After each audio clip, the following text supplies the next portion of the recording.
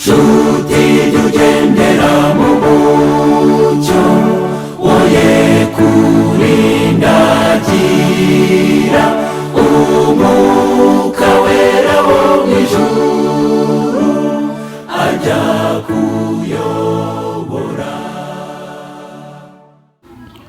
nuko mbona marayika wundi aguruka aringanije ijuru, afite ubutumwa bwiza bw'iteka ryose ngo abubwire abatuye isi bo mu mahanga yose n'imiryango yose n'indimi zose n'amoko yose.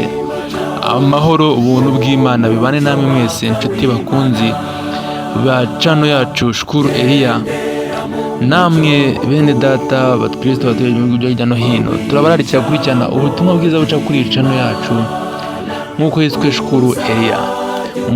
Kandi mwongera kubikurikiranaho n'ibindi biganiro by'ijambo ry'Imana ndetse n'indirimbo nziza cyane ziryoheye amatwi ziri mu butumwa bwiza bwa Yesu, zarateguriwe n'uyu muhanzi kandi akamuvuga ubutumwa Shukuru Eliya. Ubuntu bw'Imana bubane namwe.